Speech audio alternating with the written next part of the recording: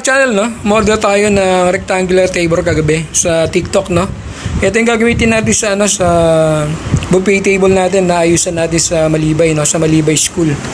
Farewell party pala yun, di graduation. Graduation na May 29. Farewell party pala yun, May 20. Ang susunod natin gagawin ngayon na pupunta tayo ngayon sa Baclaran para bumili naman ng tela. Yung motif nila na powder blue. Hindi na tayo pumunta ng Divisoria, medyo malayo, no? Kaya punta na tayo sa Baclaran para bumili ng tela.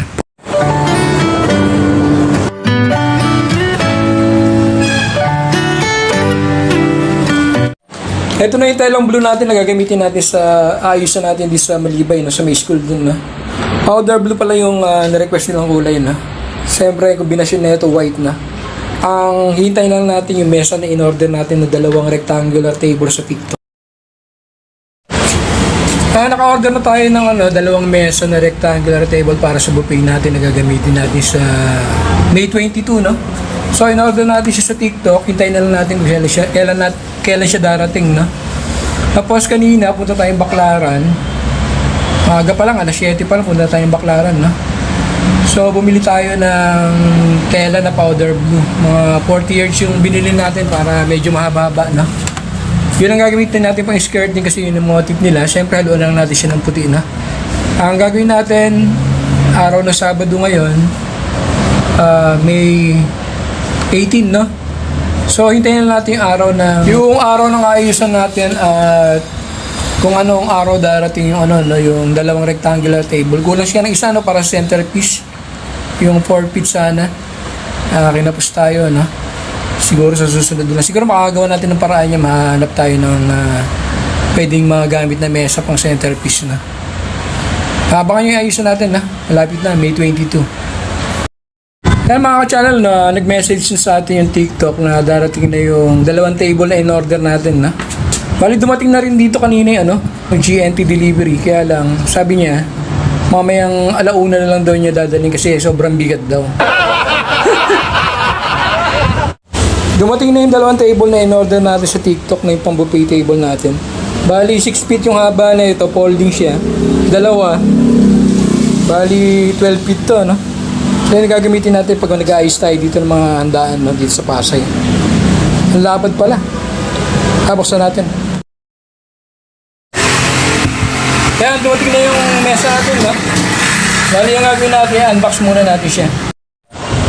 Ito na yung mesa natin, no? Na-unbox na natin siya. Ang lapad. Bali dalawa to, no? Ito isa. Meron tayo pang buffet na. Ito yung pangalawang table natin, na. Maganda yung quality niya, no? Kaya yung una, no? Ito yung pangalawa.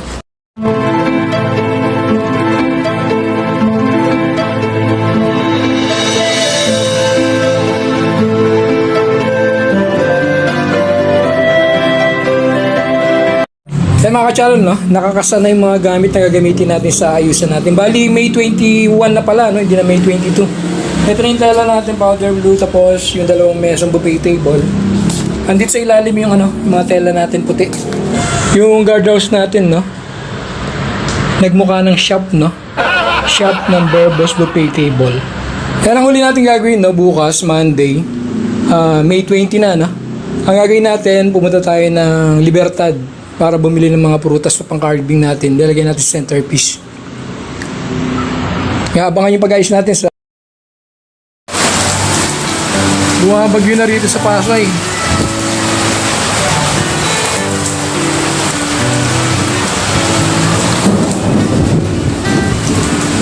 Mabuti naman, umulan na.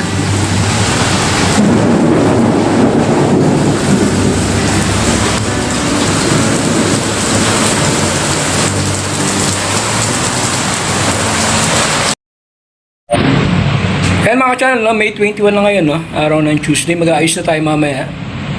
Pero ngayong umaga, bili muna tayo ng prutas. Bili tayo ng prutas. Punta tayong Libertad. Tara.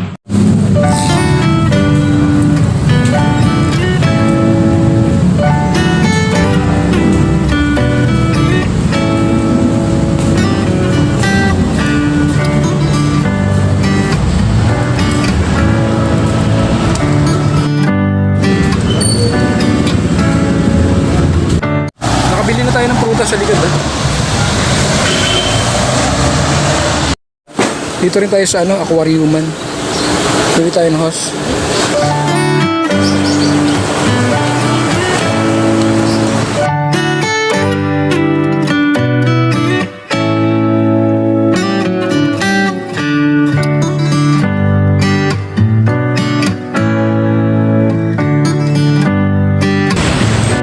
Pili tayo ng sanas. Balik na tayo sa posting.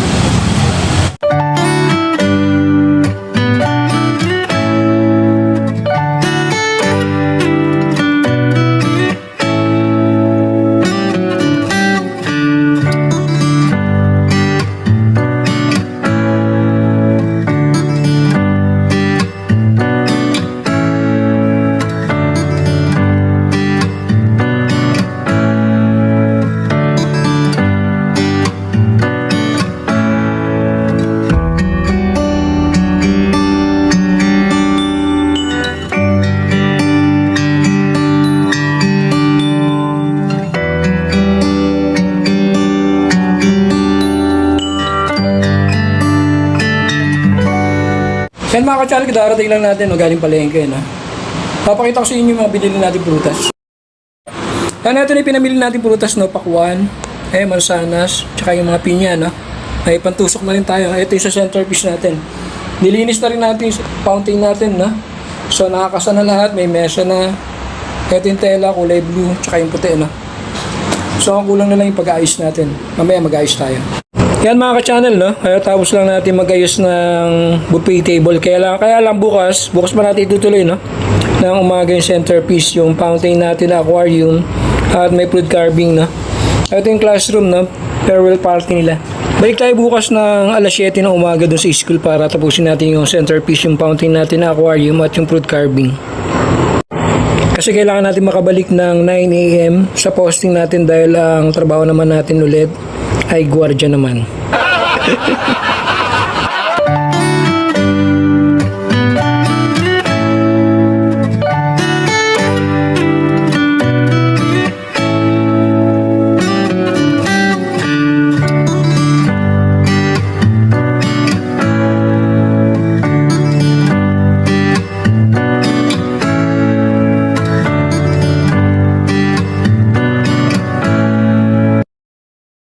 Time check tayo alas 5 ng umaga. No? Gumising tayo ng alas 5 ng umaga kasi ang gagawin natin ngayon, magka-carve na tayo ng prutas doon sa centerpiece natin.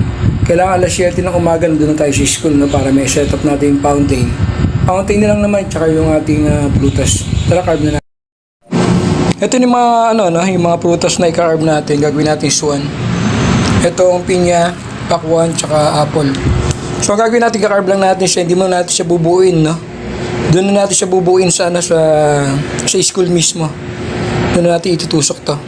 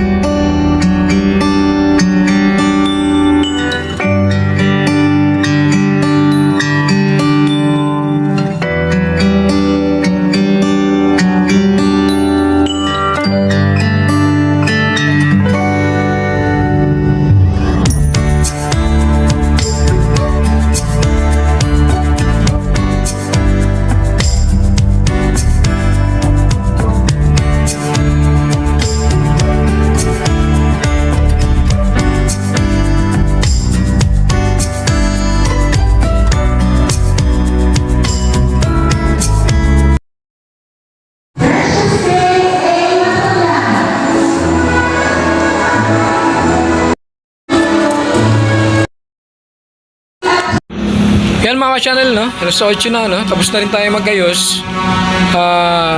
Duty na tayo. Alas 9 yung duty natin. Tara, punta na tayo sa posting ko.